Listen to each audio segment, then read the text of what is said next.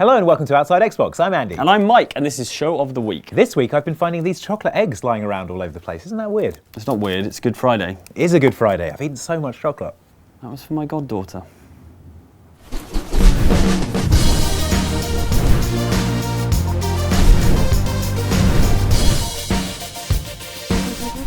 You have ruined Easter, which is my favourite chocolate-based festival after Halloween and December the 1st, the day you eat your entire advent calendar in one go. Don't forget Heart-Shaped Chocolate Day. In other news this week, I've been playing Assassin's Creed Chronicles, which translates the stabby Assassin's Creed action you love into 2D, and also you're in China.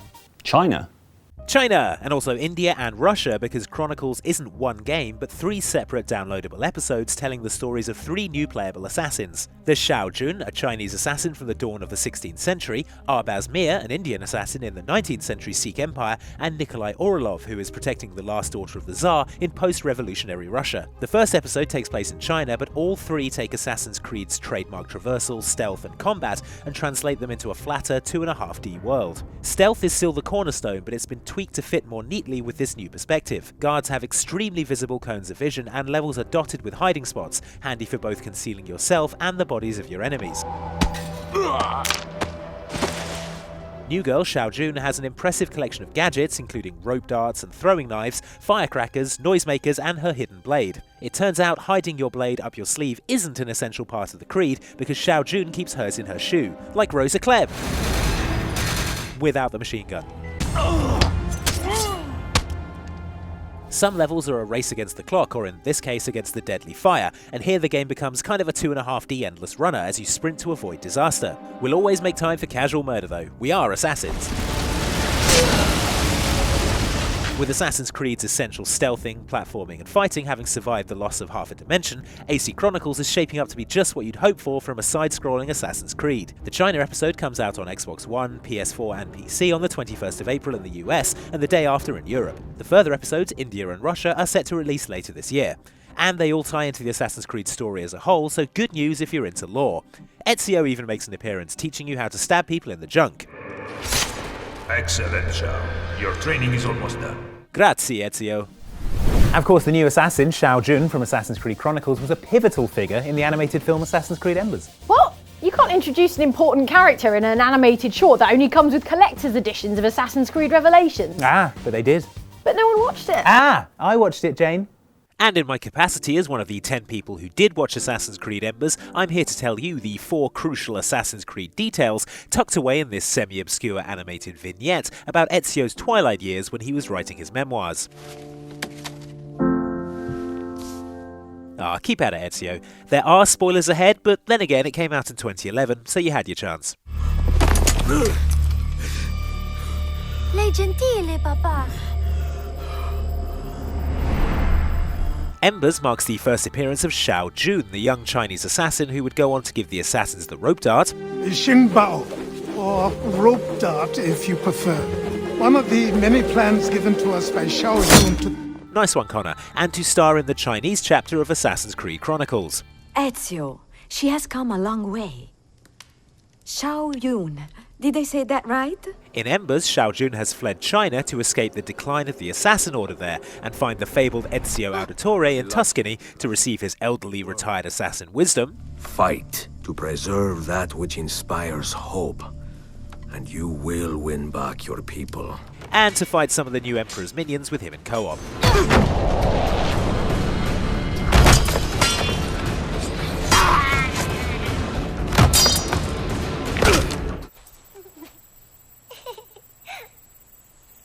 Flavia, tesoro. Stay where I can see you. For all the ladies manning Ezio did when he was younger, we didn't see him have any kids in the main Assassin's Creed games. We knew he had to father a little tyke at some point to carry on the assassin bloodline, because modern-day Assassin's Creed protagonist Desmond Miles is a direct descendant of Ezio, and that's how direct descending works. Ask your parents if you haven't had the talk. In Assassin's Creed Embers, we meet Ezio's firstborn, Flavia Auditore, and not a minute too soon, because, as my mother would say, you're not getting any younger, Ezio, come on.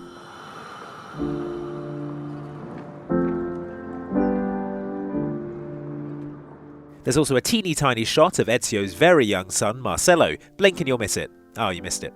It is a long way home, no? Much to see along the way. Towards the end of Embers, Ezio gives Shao Jun a small mysterious box. Here. These may be of use one day. No. Only if you lose your way. Taking into account the box's size and mysteriousness, and also Assassin's Creed, this was always bound to contain a first civilization artifact. That is, a piece of alien technology of the kind that keep turning up and giving people superpowers.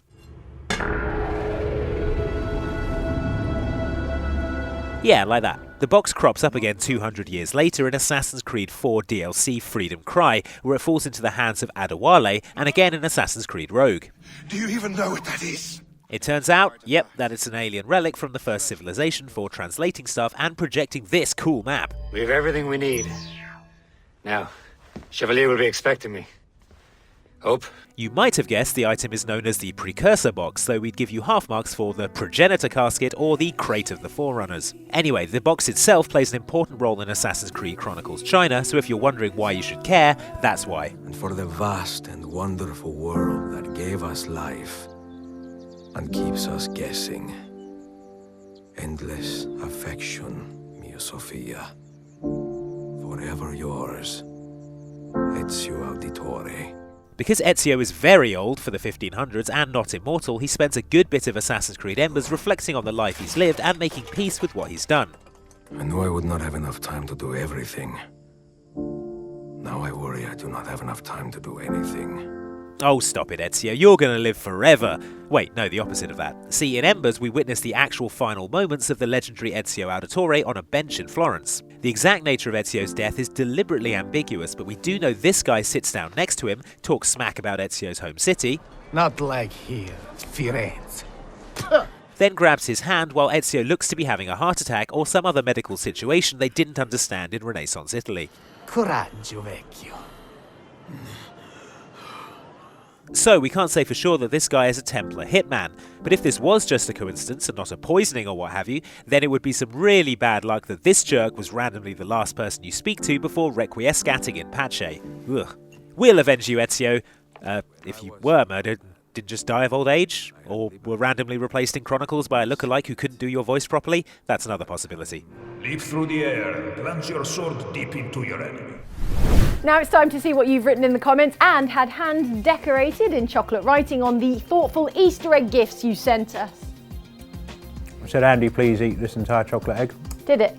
Yes. First of all, the comments on last week's show about the split-screeniest games on Xbox One. I can't believe you burned your Xbox One. Now how will you enjoy all those Xbox games you so enjoy? It's fine, you've still got an Xbox One, we'll just play something with split-screen multiplayer. Commenter Falcon876 unlocks the secret hidden visual pun in last week's show, asking, is that plain Jane in that dress? Ha! Because it had planes on it. Very good. But you missed the other secret pun hidden in last week's episode, so we can't award full points. There are loads of games you can play split screen on Xbox One. Mic stand? Come on! Alright, time for lunch. Shall I go get Mike as well? Oh no, he's playing Forza with an alternate timeline version of himself. Speaking of sparkling wordplay, Core Brute comments, this is a classy channel. I'm proud of Jane for not rising to the bait and saying, Mike's just playing with himself. Insert polite opera applause. Oh my god, I can't believe I missed that. It works on so many levels. Just the two. Alright Jane, maybe split screen modes aren't as fashionable in these days of internet loving consoles as in the GoldenEye Golden Age, but they do exist. Back on topic, relevant commenter Sparky Del Toro relevantly comments, I know it's not split screen, but for local co-op I thought Diablo 3 was great. Me and my brother played through the whole thing and it was a right old laugh, so it was. Diablo 3 was a laugh. Remember when Mike threw those jars of spiders everywhere? Allow me to show you my amazing powers as a witch doctor, which include causing hands to come out of the ground, That is slow things down, amazing. and throwing jars of spiders at people's faces. And now your comments on the continuing adventures of the Outside Xbox GTA Online Heist crew when it can connect to the Rockstar Cloud servers. Oh no. Regular commenter Captain Powder is impressed by your piloting skills. How do you even hit your own plane with your face? I'm legitimately impressed. Years of training. Meanwhile, commenter Blabbity Blue says, all of those Top Gun references were just amazing. What Top Gun references? It's all going Top Gun. I was born for this shit. Away to the danger zone. Uh-oh. Andy, don't go goose on me now. No, don't hear it. What's Top Gun? Alex McDade chips in. I'm not sure if this is adorable or menacing. Sniping, Nah. sniping hard. Adorable is what it is, Alex. And on last week's video about 7 minor characters who are definitely not going to die immediately in tragic plot-advancing twists of fate, Talizora Naraya nominates, what about Jenkins from Mass Effect 1? He's so eager to get into battle and then is killed by a Geth drone 2 minutes into the first mission. Poor guy. Jenkins. Doesn't ring a bell. Really? He was the first guy killed under your command in a Mass Effect game. But not the last. Then the Geoshark comments. I saved Doug because I identified with him the most. Out-of-shape nerd with very few skills. It's like Telltale read my journal. Ah, I'd save you, the Geoshark. Really, Andy? I've seen your t-shirt. I killed Doug and I do it again. Up. Finally, Stan Klaas brings to our attention. You don't actually have to kill that guard in Hitman Absolution. Eventually he turns around and walks away, so you can either subdue him or sneak past him.